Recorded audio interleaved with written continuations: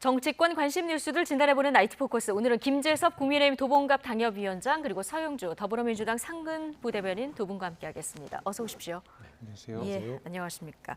자, 오늘은 일주일 앞으로 다가온 강서구청장 보궐선거 얘기부터 좀 해볼 텐데요. 이게 딱 한 군데 선거인데 여야가 거의 뭐 총력전을 펼치는 모습입니다. 민주당은 오늘 진교훈 후보 그 선거 사무실에서 현장 최고를 또 열었더라고요. 네, 그렇습니다. 네. 일단 아무래도 이제 한 곳이잖아요. 그러다 보니까 집중하는 건 당연한 것 같고요. 오히려. 그렇죠. 예. 뭐 여러 곳이면 여기저기 분산되기 때문에 힘이 뭐 좀 나눠질 텐데 또 한 곳에서 치러지고 또 강서구의 선거 자체가 배경이 재밌잖아요.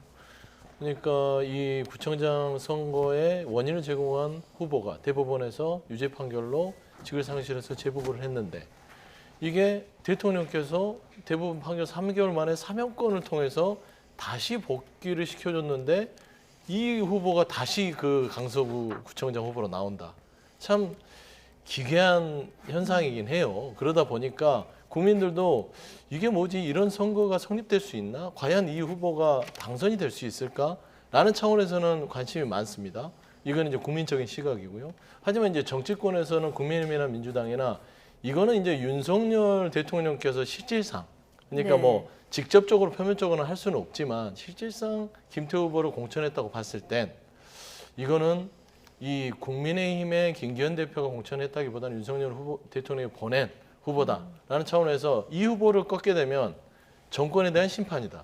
예. 결국에 그 정권이라는 건 윤석열 대통령에 대한 심판이다라는 의미가 크기 때문에 지금 현재 강서 구민들 그리고 국민들이 보는 차원에서의 현재의 윤석열 정부에 대한 비판적 시각을 가지고 있고 네. 분노를 표출하고 싶은 분들에겐 좋은 어떤 기회 그리고 어떤 장이다라는 차원에서는 민주당에서는 총력을 기울일 수밖에 없다. 네. 뭐 그런 말씀입니다. 예, 강서구청장, 자, 구청장 선거인데 굉장히 관심도 많아진 이런 상황입니다. 지금 민주당 패널들께서 얘기하시는 걸 많이 들어보면 이게 판이 커진 게 윤 대통령이 3원 복권을 했기 때문에 좀 판이 커졌다 이런 분석들을 많이 하시더라고요. 사실은 이제 서울에 있는 25개 구 가운데서 하나의 구청장을 뽑는 재보궐 선거지만 과도하게 의미가 좀 부여된 감이 좀 있습니다. 그 김태우 구청장 후보가 사면이 되면서 언론의 집중을 받았던 것도 사실이고 또 총선 전에 있는 마지막 선거라는 점에서도 과도한 의미들이 좀 부여되고 있는 것 같긴 하거든요.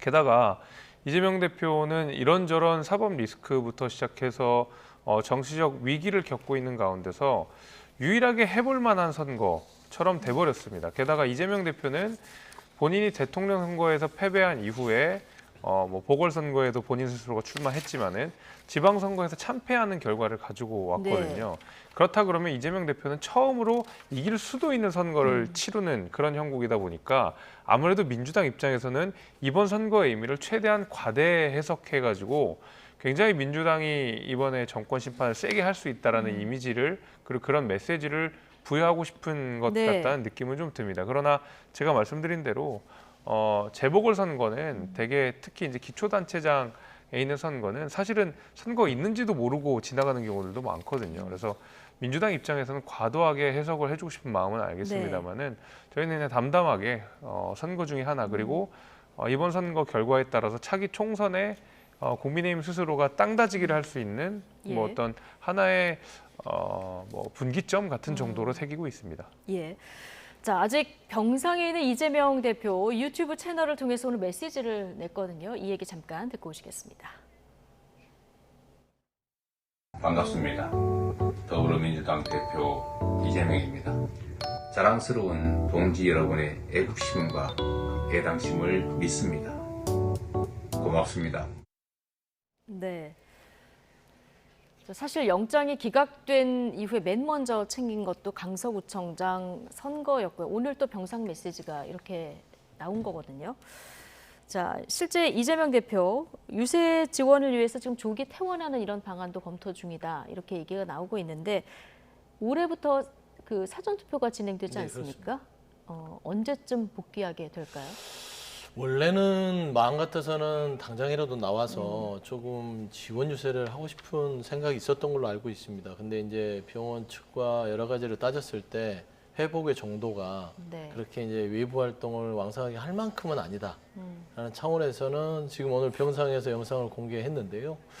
이제 이번 재보궐선거 자체가 원래 조금 재보궐이 투표율이 낮잖아요. 네. 그러다 보니까 이제 대표로서 몸은 가고 싶으나 마음만이라도 전하기 위해서 영상을 좀 찍어서 전달한 것 같고 네. 재보궐선거는 지금 현재는 보면 각 양 지지층의 싸움입니다. 지금 기본적으로는 그 다음에 이제 중도층의 어떤 추동을 가져올 수 있는 어떤 선거 전략이 필요한데 일단은 이 강서의 선거를 바라보는 지지층들, 지지층에게 호소하는 메시지죠. 그래서 적극적으로 조금 뭐 재보궐이 돼서 좀 귀찮을 수 있으시잖아요. 유권자들이 아무리 당원이지만.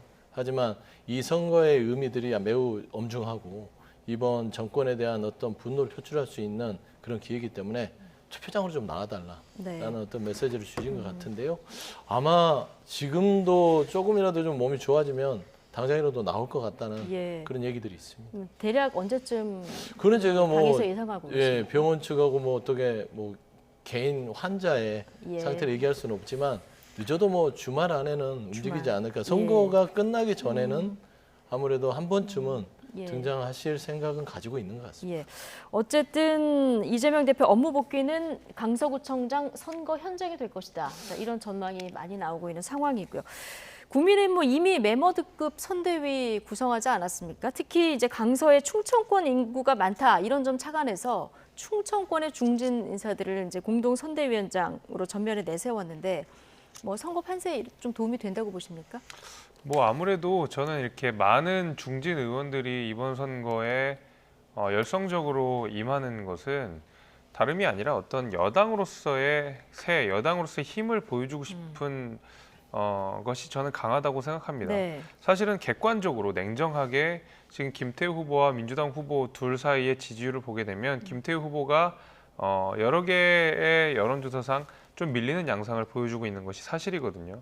그렇다 그러면은 여당 입장에서 이를 극복하기 위해서는 말 그대로 여당 프리미엄이라고 하는 것을 보여줄 필요가 있다라고 저는 생각이 됩니다. 예. 실제로 이제 강서구 같은 경우에는 재개발 이슈가 강하게 있고 또 그 김포공항 때문에 고도 제한 이슈가 있기 때문에 여당만이 해서 풀어낼 숙제들이 분명히 있거든요. 아마 김태우 후보도 그 점을 공략해가지고 본인의 강점들을 많이 부여하려고 할 텐데 당연히 그런 의미에서 어떤 여당 중진 의원들이 이렇게 강서구에 자주 모습을 드러내는 것은 아 김태우 후보가 여당 어떤 정치인으로서 신임을 받고 있는 사람이구나라는 인상을 줄 수 있기 때문에 저는 유권자분들에게도 긍정적인 영향을 미칠 거라고 생각하고 예. 그런 의미에서 중진들이 대거 참여하는 소위 메머드급 캠프가 이루어지지 않았나 저는 이렇게 생각이 됩니다. 네.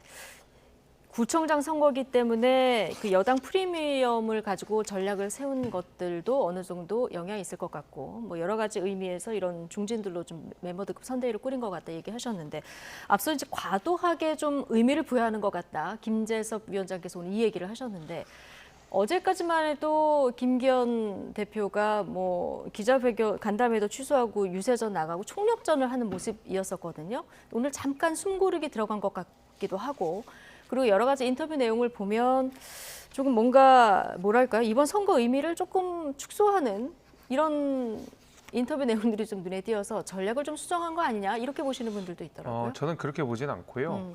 그 총력을 다하는 것과 의미를 네. 과하게 부여하는 것은 좀 다른 의미로 새겨야 된다고 생각합니다. 그 총력을 다한다는 것은 당연히 후보를 배출한 정당 입장에서 응당해야 되는 일이고 후보 역시도 당연히 이긴다는 생각으로 네. 당연히 필승한다는 생각으로 임하는 것이 유권자와 당원들을 위한 저는 약속이라고 생각이 예. 되기 때문에 당 입장에서 후보자 입장에서 총력을 다하는 것은 당연히 해야 되는 일이고 당 지도부 역시도 우리는 총력을 다할 것이라는 인상을 재차 3차 줄 필요가 있다고 생각합니다. 네. 그러나 총력을 다하는 것과 별개로 이 선거 자체가 예를 들면 민주당이 주장하는 것처럼 정권 심판적 선거냐 아니면 총선 결과가 바로 맞닿아 있는 선거냐에 대해서는 부정할 수밖에 없는 것이 총선은 앞으로도 6개월 이상 긴 시간이 남아 있습니다. 그러니까 정치권에서 대개 6개월이라고 하면 한 보통 시간으로 한 6년 정도라는 우스갯소리가 예. 있을 정도로 정치권의 시계는 훨씬 더 다르게 돌아가는 면이 있는데 예. 앞으로 6개월이나 더 남은 선거에 그리고 그 가운데서 정말 많은 변수들이 있는 선거에 당장 이번 강서구청장 선거에서 졌다. 그렇기 때문에 뭐 총선에 질 거다. 강서구청장 선거에서 이겼다. 그렇기 때문에 우리 총선에 이겼다라고 하는 자만심 내지는 좌절감을 굳이 미리 가질 필요가 없다라는 이야기를 하는 것이 바로 이번 네. 선거에 의미를 크게 두지 말자라는 것의 핵심이거든요. 아, 그래서 그렇군요. 만일의 경우 충격파를 줄이기 위한 전략은 아니다. 네, 저는 그렇게 생각합니다. 알겠습니다. 어쨌든 강서구는 지금까지 보면은 민주당에 좀 유리했던 그런 지역인 건 맞는데요. 강서구 당협위원장이자 김태우 후보 선대위 공동선대위원장인 김성태 전 의원. 선거 당일에 샤이 보수의 결집 효과를 기대한다 이런 얘기도 했는데요. 이 발언 듣고 오시겠습니다. 지금 나오는 여론조사들 보면은 김태우 후보가 좀 뒤처지고 있는 상황인데 이거 극복 가능하다고 보십니까? 저는 여론조사로 잘 잡히지 않는 이른바 그 사이 보수 유권자는 물론이고 샤이 보수. 조용히 상황을 지켜보던 중도 부동층 이런 유권자들까지 야당의 등을 돌리기 시작했다고 보고 있습니다. 이재명 민주당 대표의 구속영장이 법원에서 기각된 이후에 예. 바닥 민심이 빠르게 변하는 것을 확인할 수 있었어요. 이재명 대표 영장이 기각되면서 바닥 민심이 빠르게 변하고 있다. 샤이 보수뿐만 아니라 지금 뭐 중도 부동층까지 야당의 등을 돌리고 있는 민심, 바닥 민심 변하고 있다. 이렇게 지금 진단을 했는데 서영주 부대변인은 어떻게 보십니까? 그러니까 지금 뭐 지도부나 뭐 예. 보수 측 패널 분들이나 김성태 전 의원만 보더라도 막 억지로 쥐어짜는 듯한 느낌이 들어요. 억지로 우리가 이길 수 있어 뭐 이런 식으로 억지 논리인데요. 샤이 보수가 물론 존재하겠죠. 하지만 저는 국민의힘이 참 불쌍한 게 이게 뭐 메모드급으로 해서 다 하는 것들이 저는 굳이 이럴 일인가 싶다고 하잖아요. 그러니까 어려운 선거예요. 그러니까 최선을 다한까지는 좋지만 억지로 뭔가를 하는 듯한 느낌을 지울 수 없다. 그래서 저는 뒤에 누가 지켜보고 있나? 그 위에서 더 높으신 분이 지켜보고 있나라는 생각을 지울 수 없어요. 누가 지켜보고 있다고 뭐 보십니까? 용산에서 지켜볼 수도 있고요. 네. 왜냐하면 이 후보 자체가 정상적인 정당이라면 그리고 정상적으로 오랜 정치 생활을 했던 김기현 대표라면요. 김태우 후보를 내지 않습니다. 그리고 힘 있는 후보라는 구호를 쓰려면요. 다른 후보를 갖다 쓰지요. 굳이 흠 많고 여러 가지의 상처를 가지고 법원에서 범죄 혐의가 인정된 후보를 다시 사면복권해서 가져다 놓으면 선거 치르기 참 힘들거든요. 그걸 다 알아요. 정치권은. 그리고 국민의힘에 있는 중진은 다 압니다. 근데 오죽하면 속이 터지면 지금 김성태 전 의원도 샤이보수를 운운하면서 이길 수 있다고 하는데 네. 좋습니다. 그렇게 주장하는 바는 좋지만 힘 있는 후보를 주장하거나 아니면 샤이보수를 주장하시려면 최소한 김태우 후보는 아니었어야 돼요. 그러니까 지금 궁색한 얘기들이 계속 나오는 겁니다. 25개 중에 1개 9일 뿐이다? 그렇지 않아요. 이게 패턴이라는 게 존재합니다. 선거는. 그렇기 때문에 네. 저는 이 선거를 끝까지 지켜봐야겠지만 한 가지 분명한 거는 이 강서 구민들에게 자존심을 상하게 했으면 거기에 대해서 좀 반성이 먼저 밑바닥에 깔린 다음에 뭐를 떡을 던져줄 생각을 해야지 예. 이 자존심을 떡하고 바꿔먹을 것처럼 국민들이 그렇게 녹록하지 않다. 좀 그런 말씀 드립니다. 알겠습니다. 바닥 민심이 변하고 있다라는 얘기 듣고 오셨는데 추석 연휴, 좀 연휴 지나면서 많은 분들 의견 또 들어보셨을 텐데요. 자, 민심은 어떻게 읽으십니까? 그러니까 뭐 그 변했다라기보다는 이제 보수 지지층들 사이에서 좀 실망감들이 확실히 표출된 건 사실인 것 같습니다. 그러니까 이재명 대표의 구속영장이 기각될 거라고 예측했던 사람들이 별로 없었기 때문에 보수 진영 일각에서는 더 이상 어떤 이재명 대표의 사법 리스크 때문에 계속 정치가 사법으로 빨려 들어가는 걸 더 이상 보고 싶지 않고 이재명 대표의 어떤 그 정치력을 의심하는 그리고 정치력을 믿지 못하는 보수 진영들은 새로운 어떤 야당의 리더십이 등장하기를 기대를 했었는데 네. 이재명 대표의 구속영장이 기각되면서 사실은 뭐 그 어떤 민주당의 리더십이 이재명 대표 체제로 만성으로 바뀌어버린 거거든요. 그러니까 급성이 만성으로 변해버린 그런 상황이다 보니까 좀 그 가운데서 여당은 좀 뭘 하고 있느냐라는 질타를 하신 분들도 좀 많아서 예. 어떤 야당, 그러니까 민심이 변했다라기보다는 보수 지지층들의 분노, 보수 지지층들의 답답함 같은 것들이 표면적으로 분출하기 시작했다라는 것은 좀 제가 느낄 수 있는 변화였습니다. 그렇군요. 이런 실망감이 집결로 이어질지 아니면 투표장에 안 나가실지 이건 잠시 후에 또 얘기를 해보도록 하고요. 자, 민주당이 김태우 후보의 40억 애교 발언에 의해서 또 하나 문제를 좀 삼고 있는데 주택 보유 현황을 문제 삼고 있더라고요. 네. 어떤 부분이 문제라는 겁니까? 그게 지금 재보궐선거 후보자가 선관위에 신고를 한 게, 그러니까 본인이 구청장으로 엄청 강서구에 애정이 있는 것처럼 얘기를 했는데 본인의 집과 배우자의 집이 다른 곳에 있습니다. 그것도 10억대 집이 분당과 성동구에 있지요. 근데 정작 강서구에는 반전세를 살았어요. 예. 보증금 1,000만 원에 60이라고 알려졌고요. 그런데 이제 주소마저 불명확하다. 예. 이제 선관위에 신고한 주소는 화곡로 몇 번지인데 또 본인이 재산 신고한 그 전세 보증금을 내는 데는 또 다른 곳이에요. 그러니까 뭔가 좀 이 자체가 좀 불분명하고 뭔가 투명하지 않다라는 점에서 좀 김태우 후보가 지금 뭐 하는 거지? 그러니까 이게 강서구에 대한 정말 애정이 있는 것인지 아니면 정말 자기가 25개 구청 중에 본인이 할 만한 자리, 그러니까 구청장이라는 자리에 욕심이 나서 다시 돌아와서 그 자리를 탐하는 게 아닌지 그런 것들에 대한 논란인 것이죠. 그러니까 왜 구청장이 됐으면 분당에 있고 송동에 있는 집 하나는 처분해서 강서에 집을 살 수 있잖아요. 10억 정도면. 근데 왜 그렇지 않았을까라는 것들을 보면 네. 이분이 앞과 뒤가 다를 수 있다라고 해서 저희는 양두구육이라는 표현을 했는데요. 저는 좀 김태우 후보의 네. 진정성이 의심받을 수 있는 대목이다. 저는 보고 있습니다. 근데 뭐 주소지가 꼭 같지 않은 건 뭐 안철수 후보도 분당갑에 나갈 때 그랬고 그거는 이재명 대표도 국회의원하고는 다릅니다. 그러니까 예. 지자체장은 반드시 선거를 기준으로 60일을 연속해서 살아야만 예. 되고요. 지자체장이 직을 잃는 기준은요. 지자체장이 이 지역을 떠나버리면 퇴직하게 돼 있습니다. 그게 지방자치법이거든요. 네. 국회의원은 좀 거주지에 제한이 없어요.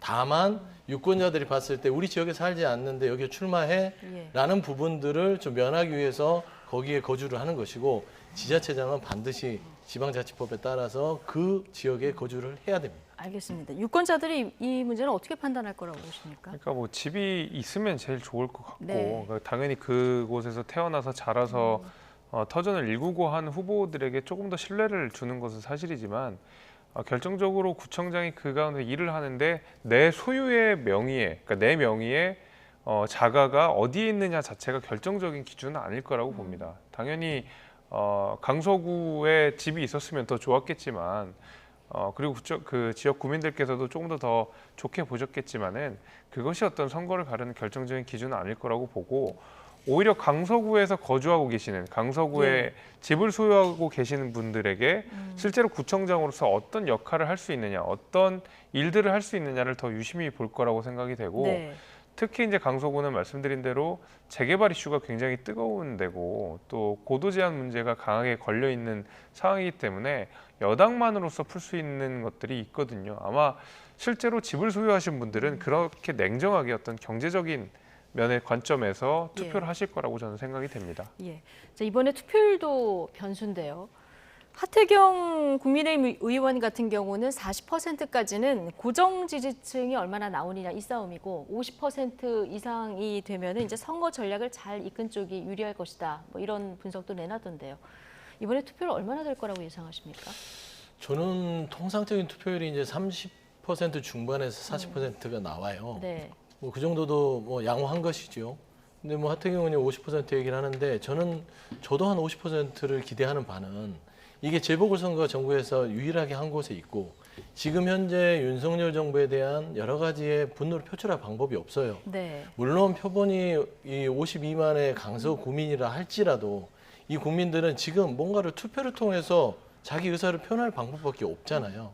그렇기 때문에 저는 강서 구민들이 국민을 대신해서 이 자체를 단순한 구청장을 가르는 어떤 그런 선택이 아니라 윤석열 정부에 대한 어떤 비판과 분노에 대한 의사표시를 이번 재보궐선거를 통해서 할 것 같아서 저는 40% 중반에서 50% 선까지 갈 수도 있다라고 조심스럽게 구청장 예측하고 선거지만 있습니다. 그렇게 높을 수도 그렇게 보고 있다. 있습니다. 이렇게 예상을 하셨는데 사실 투표율이 높으면 진보에 유리하고 낮으면 보수에 유리하다 뭐 이런 얘기들이 있었는데 최근에는 또 꼭 그런 것 같지도 않고요. 뭐 어떻게 예상하십니까? 뭐 저는 이제 이번 선거의 핵심은 제가 계속 말씀드린 대로 이익 투표의 성향이 굉장히 강할 것으로 예상이 됩니다. 이익 투표. 예, 왜냐하면 이제 구청장이라고 하는 자리 자체가 재개발의 어떤 인허가권을 실질적으로 쥐고 있는 사람이기 때문에 민주당이 재개발, 재건축에 있어서 늘 소극적인 모습을 보여왔고 그 부분에 있어 특히 이제 부동산 문제에 있어서는 무능한 모습을 문재인 정부 때 너무 많이 보여줘 왔기 때문에 실제로 내가 집을 가진 사람, 4명이의 네. 집이 있는 분들, 그 가운데 강서구에 거주하시는 분들은 정말로 예민하게 투표할 거라고 생각합니다. 내 먹고 사는 문제, 내 재산이 달린 문제에 있어서만큼은 정말 투표율이 높아지는 게 연령별로 상관없이 공통적으로 나타나는 현상이거든요.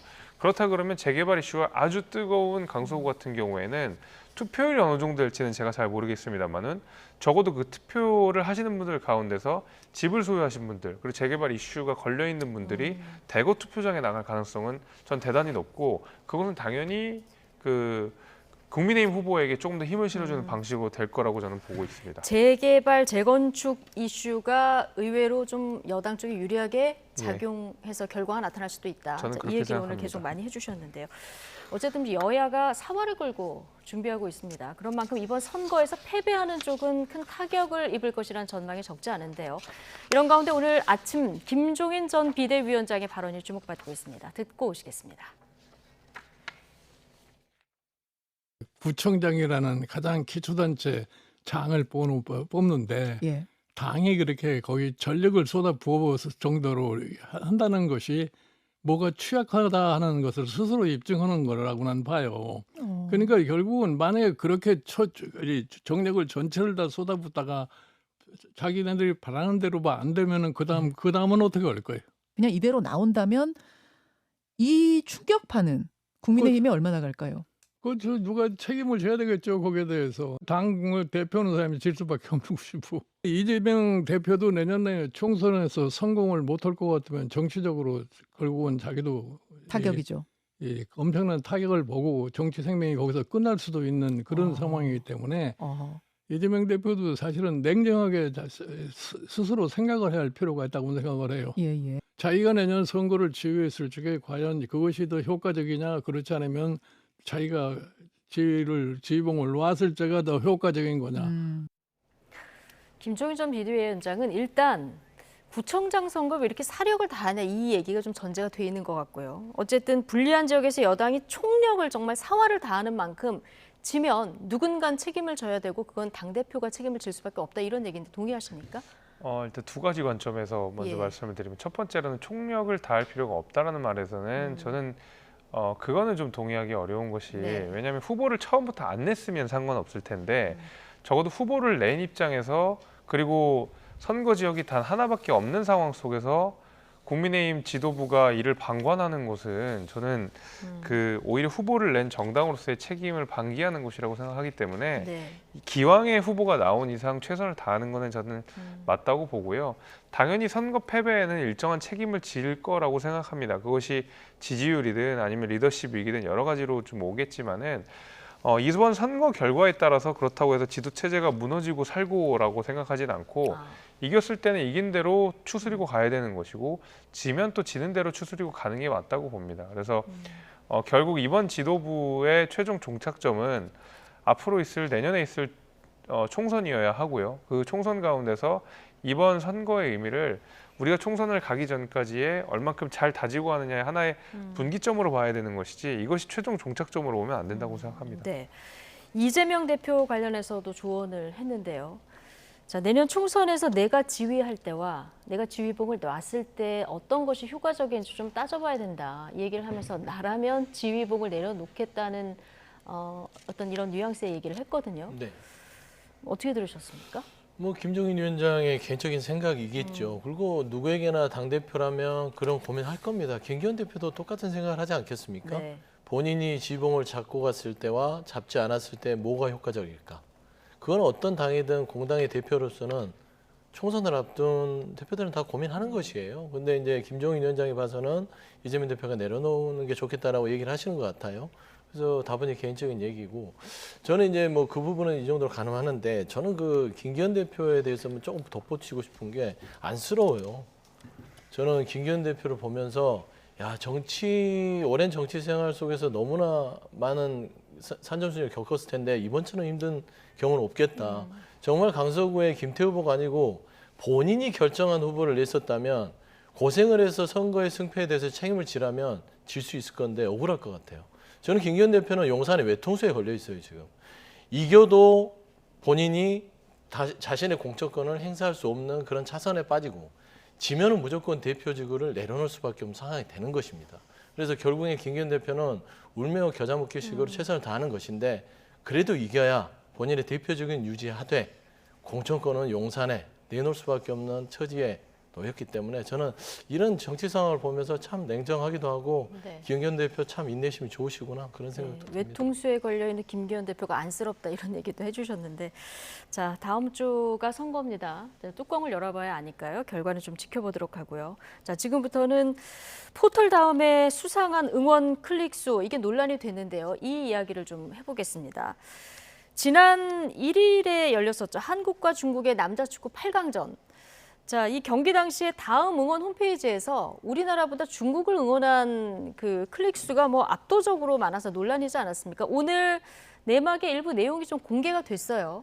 어떻게 된 겁니까? 그러니까 이게 좀 의심스럽긴 합니다. 네. 그러니까 예를 들면 어떻게 대한민국 포털 사이트에서 중국을 응원하는 게 훨씬 더 맞느냐라는 데에서는 당연히 의심이 들 수 있고 이거 왜 이러지? 이제 문제점을 파악해 볼 필요가 있다고 생각하지만 지금 여당에서 지적하는 것처럼 이것을 어떤 국기문란 차원에서 엄청나게 큰 문제로 접근하는 것은 예. 저는 그래도 좀 약간 과하지 않았나라는 생각이 좀 들긴 들거든요. 물론 문제는 있습니다. 그리고 저것이 여론 조작의 가능성을 내포하고 한다 그러면 초반에 예. 잘 잡아내는 것도 저는 분명히 필요하다고 생각합니다.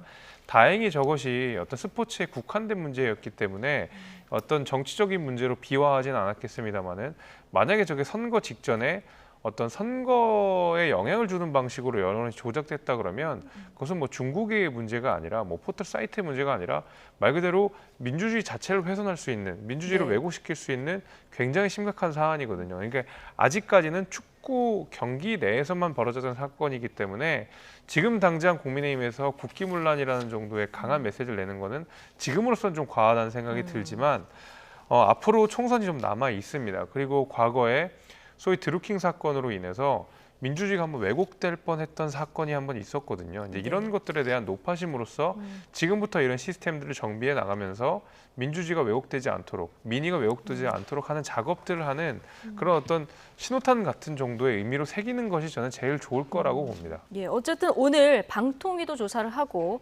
다음 쪽에서도 조사를 했는데 네덜란드나 일본 등 해외 IP를 통해서 매크로 조작이 있었다. 이런 좀 결론은 내려진 것 같고요.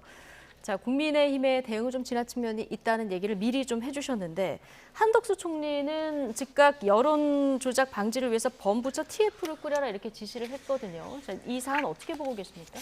그러니까 저는 이 지금 현재 이 정부의 이 대응을 보고요 실소를 금치 못하는 게요. 이거는 다음에 응원 클릭 문제입니다. 그러니까 응원 클릭이라는 것은 매크로가 설사 조사를 해봤더니 매크로가 개입이 됐다.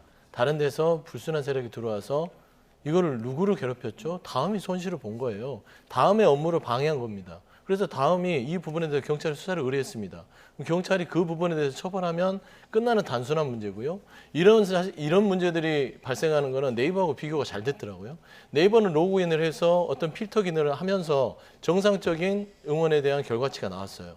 하지만 다음은 그냥 로그인 없이 클릭을 무한대로 하게끔 두다 보니까 이런 결과가 나온 것입니다. 결국에는 어떤 시스템이나 어떤 체계 자체가 좀 미흡했을 수도 있다라는 차원에서는 이 문제로 끝내야 됩니다. 근데 정부가요. 총리실에서 여론 조작까지 그리고 국민의힘에서는 드루킹을 언급하면서 이걸 정쟁화로 끌어들여요. 예. 좀 이거 납득이 됩니까? 상식이 됩니까? 예를 들면 지금 국지성호가 오늘 비가 많이 내렸는데 비 내렸다고 해서 갑자기 정부가 호우경보를 발령하는 거하고 똑같습니다. 이게 무슨 일인지 모르겠어요. 저는 이 정부가 쓸모 있는 일을 해야 되는데 홍범도 장관부터 쓸데없는 일만 찾아서 하는 것 같아요. 이게 전형적인 국가 행정력의 낭비다라는 예. 차원에서는 좀 한덕수 총리도 본인 결정은 아니었을 것 같은데 좀 이거 정말 납득할 수 없는 좀 뭐 정부의 대처다. 좀 그렇게 말씀해 주십시오. 네이버처럼 로그인으로 할 수 있게 하던가 아니면 수사의 영역으로 둬야 된다 이런 다음이 손해를 봤으니까요. 말씀이신 것 그렇죠. 같은데, 예. 어쨌든 이번 사건의 불똥이 지금 여야의 여론 조작 공방으로도 튀었습니다. 관련 발언 듣고 오시겠습니다. 저희들이 포탈을 뭐 길들이기라는 그런 차원에서 할 생각도 없고요. 할 수 있는 능력도 없습니다. 드루킹 우리가 받지 않습니까? 차이나 게이트 받지 않습니까? 지난 총선에서 이런 여러 가지 상황에서 또 다른 나라에서도 그런 상황이 많이 발생하고 있기 때문에 충분히 개연성이 있다. 이번 축구 이 사안에서 본다면 충분히 침투할 여지가 있고 지금 정부 여당은 너무 민감하다. 너무 본인들한테 불리한 뭔가 중국 이러면 공산주의로 바로 연결되고 아하. 종북으로 연결되고 지금 발언들이 이렇잖아요. 이렇기 때문에 문제가 있는 이런 것들은 로그인하게 하면 해결되는 거죠. 그런데 이거를 무슨 국기문란이라고까지 조금 있으면 저는 2020년 선거 끝나고 나서 결국은 뭐 선거 조작됐다 이런 차이나 주장을 게이트. 했던 것처럼 다시 한번 결국 그런 식으로 쭉 이어가려는 흐름 아닌가. 네. 뭐 포털을 길들이게 할 생각도 없고 능력도 없다 이 얘기를 전제했지만 어쨌든 김기현 대표도 오늘 다음이 여론 조작의 숙주 역할을 한다는 의혹을 지울 수 없다 이렇게 얘기를 하면서 이 지금 이슈에 대해서 연일 지금 우려의 목소리를 굉장히 강하게 표출을 하고 있거든요. 이거 아무래도 내년 총선 때 악용될 우려 이런 부분을 좀 굉장히 민감하게 생각하고 있는 이런 분위기인 것 같습니다. 아무래도요. 저희 또 예. 드루킹 사건을 겪었던 만큼 네. 절대로 이런 그 포털 사이트의 여론 조작으로 인해 민의가 왜곡되는 일은 없어야 된다라는 노파심이 좀 강하게 반영됐다라고 생각이 됩니다. 근데 이런 것들은 시스템으로서 정비를 하면 되는 것이지 어떤 정치적 공방으로 정치적 어떤 정쟁으로 비화할 것까지는 저는 아니라고 생각합니다.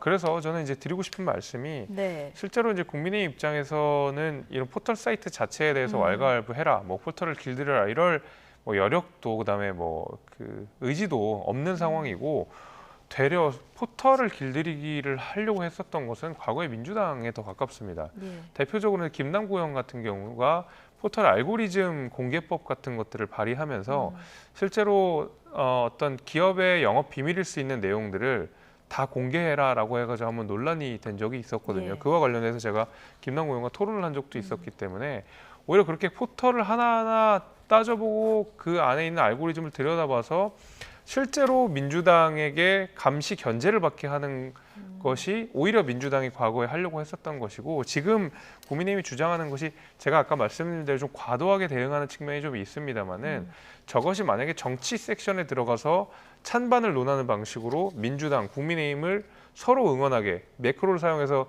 민의가 왜곡되게 하는 것은 분명히 있어서는 안 되는 일이기 때문에 예를 아니면 국가 전략을 뭐 투표를 그렇죠. 붙인다던가. 예, 그런 것들은 굉장히 위험한 일이기 때문에 시스템을 조금 더 차근차근 정비해서 예를 들면 로그인을 한다든지 아니면 뭐 해외 접속을 좀 차단한다든지 여러 예. 가지 기술적인 방법으로 해결해야 될 문제인 것이지 이것이 뭐 정치적으로 해서 막 뭐 포털 길들이가 되고 이렇게 할 일은 아니라고 생각합니다. 예. 민주당은 축구 응원을 왜 정치에 끌어들이냐 그리고 포털 길들이기 아니냐 이런 얘기가 나오는데 지금 말씀을 들어보면은 포털 길들이기는 과거 민주당에서 더 많이 한 거 아니냐 이런 지적이세요? 어떻게 들으셨습니까? 포털을 어떻게 길들일 수 있나요? 길들였으면 벌써 포털들이 민주당이 주장하는 바대로 바뀌었겠죠. 뭐 댓글도 포털이 민주당 성향으로 다 바뀌었을 것이고. 근데 정확하게 보면 네이버와 다음 자체의 댓글 성향이 말해줍니다. 네이버는 보수 성향의 댓글 다시는 분들이 많고 다음 쪽은 진보 성향의 댓글 다시는 분들이 많아요. 그러다 보니까 지금 국민의힘이나 한덕수 총리나 뭐 용산이나 방통위원장 자체도 다음이 눈에 가신 거예요. 그러니까 잘 걸렸다는 거죠. 무슨 응원 클릭을 가지고 지금 국기문란을 얘기합니까? 말도 안 되잖아요. 그리고 길들이기가 아니라고요? 집권여당 대표가 지금 숙주라고 다음을 얘기를 하고요. 방통위원장인 이동관 위원장께서 포털 손댈 수 있는 자리에 있지 않습니까? 그분이 뭐라고 합니까? 국기문란이라고 얘기하고 있습니다. 한덕수 총리는 총실에 TF를 꾸려서 뭔가를 여론 조작하는 부분들에 대해서 철퇴를 가하겠다는 강한 압박을 합니다. 대한민국의 총리, 방통위원장, 집권여당의 대표가 얘기하고 용산에서 거들면 한 개 이게 기업입니다. 포털이 주눅이 안 들겠습니까? 이게 바로 길들이기예요. 무슨 소리를 하시는지 모르겠다. 저는 그런 말씀드립니다. 예. 김기현 대표가 발의한 법이 있던데요. 댓글 국적 표시법 이런 법안이 있는데 이게 발의될 가능성도 있을 것 같은데 어떤 내용입니까? 뭐 이 댓글을 이렇게 살 때 댓글을 달을 때 대개는 이제 뭐 사용자 이름이나 아니면 네. IP 정도가 되게 있는데 실제로 국가명을 표기하게 함으로써 그 댓글을 단 사람이 어느 국적에서 어느 자리에서 댓글을 달했는지를 확인할 수 있는 어떤 법안이라고 제가 알고 있습니다. 그런데 이것이 좀 필요한 것이 대개는 이제 우회를 해서 그러니까 네. 한국에서 접속하지 않고 우회를 해가지고 자신의 정체성을 숨기거나 그렇게 악용했기 때문에 이런 것들을 좀 방지하고자 한 건데 벌써 어떤 해외로 우회를 했다라는 것 자체가 어느 정도 그 상태에서 또 정치적인 메시지를 달았다고 하는 것은 다분히 어떤 정치적인 목적이 담겨 있을 수 예. 있고 그 정치적 목적이라고 하는 것은 선거에 영향을 줄 수 있다라는 점에서는 아마 김기현 대표가 이런 점을 의식해가지고 이런 국적표기법을 발의한 것이 아닌가 이렇게 지금 생각이 약간 듭니다. 논란이 되는 거는 처벌 조항 때문입니까? 마지막에 있는? 뭐 아무래도 이제 그렇게 된다고 봅니다. 왜냐하면 자칫 잘못하면 이게 표현의 자유와 좀 상충되는 부분이 있어서 그렇게 이야기가 좀 되는 것 같거든요. 왜냐하면 대개 이제 온라인 공간이라고 하면은 자유로운 의사표현이 게재돼야 되는데 이게 뭐 구체적으로 어디에서 되고 뭐 처벌도 강하고 이러다 보면 자칫 위축될 수 있다 이런 우려인 것 같은데 제 생각에는 이제 발의가 되고 중간에 토론 과정이 네. 거쳐지면 충분히 좋은 법안이 나올 수 있는 거고 문제의식 자체는 저는 특히 정치면이라는 면에서 정치 댓글이라는 면에서는 한 번쯤 우리가 짚고 넘어가야 될 문제인 것은 사실입니다. 저는 좀 생각을 네. 하셨으면 좋겠어요. 예. 집권여당 대표가요. 댓글에 국적 표기하자 세계적인 웃음거리가 될 것입니다. 생각해 보십시오. 대통령은 이 각 해외에 끊임없이 나가서 자유민주주의 국가 얘기하고 다니시는데 댓글 국가명을 달라고 하는 게 대한민국이 된다. 이거는요. IT를 조금 알고요. 특히나 기본적인 표현의 자유를 이해하는 사람들은요. 할 수 없는 얘기예요. 근데 판사 출신인 집권여당 대표가 이런 얘기를 한다는 자체는 웃음거리가 되니까 이런 부분은 빨리 처리하시고요. 네. 지금 철회하라. 처리하는 네. 게 맞죠. 처리하는 게 맞고 다른 방법, 시스템을 강화하든지 어떤 댓글에 대해서 여론이 조작되는 부분들이 발생하지 않도록 어떤 포털이나 여러 가지 여론에 영향을 미칠 수 있는 부분들의 시스템 점검이 맞는 것이지 이거를 네. 정쟁화시키고 법제화시키는 것들은 전혀 좀 번지수가 틀렸다. 그래서 처리하시는 게 알겠습니다. 맞다. 그런 예. 것 같습니다. 자, 내일 인사청문회 두 분 장관 후보자 열리게 되는데요. 유인촌 문화체육관광부 장관은 원래 열린다 그랬고요. 김행 장관 후보자는 여당에서 보이콧 얘기도 나왔다가 오늘 합의가 극적으로 네. 된 거죠? 합의했습니다. 예. 뭐 그러면- 합의보다는 들어오신 거죠. 예. 예, 내일 자리를 비워놨으니까. 예, 그럼 이거는 내일 상황을 좀 지켜봐야 될 것 같고요. 이균용 대법원장 후보자 임명 동의안 표결 다음 날인데 민주당에서는 이제 부결 기류가 강하긴 한데요. 이걸 오늘 당론으로 정하진 또 않았어요. 통상적으로 본회의 예. 전에 의총을 열어서 당론 여부를 정하지요. 그러면 미리 정하면 6일 그렇죠. 금요일 아침에 오전에 그렇죠. 이제 본회의가 2시 아, 정도 예. 있으면 1시 반 정도 모여서 그러니까 미리 이제 사전에 여러 가지 우리 당 자당에 있는 의원들의 중론을 들어보고 어떤 기류로 가는 게 맞겠는지를 들어본 예. 다음에 본회의 직전에 또 다시 또 오늘 들었던 거를 최고위나 여러 지도부에서 또 검토를 합니다. 그리고 또 여당하고도 얘기를 할 거 아닙니까? 예. 그런 시간을 가지고 여러 가지를 봤을 때 본회의 전에 30분 전에 이제 의총을 열어서 당론으로 갈 것인지 예. 갈 것인지 결정을 하는 것인데 부결 이균용 당론으로 갈 것 같습니까? 기류는 그럴 거는 같아요. 왜냐하면 이균용 대법원장 후보자는요. 아니 여러 가지를 고려해서 사법 행정의 뭐 공백, 그 다음에 여당의 어떤 여러 가지 요구를 들어주고는 싶은데 100번 이해해도요. 이분을 대한민국의 대법원장으로 찬성을 찍기는 너무 양심에 부끄럽다. 자질 없는 분을 어떻게 어떤 정치적 상황과 사법적 뭐 공백을 고려해서 이분을 둔다라는 것들은 이 전반적으로 우리 당내에 있는 많은 의원들께서는 부끄러운 일이다라고 네. 생각하고 있습니다. 근데 대법원장은 만약에 부결되면 대통령이 다시 지명을 하면서 절차가 반복돼야 되기 때문에 사법 공백을 우려하는 목소리도 적지 않더라고요. 그렇죠. 예. 이제 대법원장 같은 경우에는 전원합의체의 판결 재판장이 되기 때문에 지금 산적해 있는 전원합의체 판결이 제가 알기로 한 5건 정도가 되는 걸로 알고 있습니다. 결국 대법원장 후보자가 공백인 상태에서는 이 전원합의체 판결이 계속 뒤로 밀릴 수밖에 없다라는 점이 한 가지 우려스럽고요.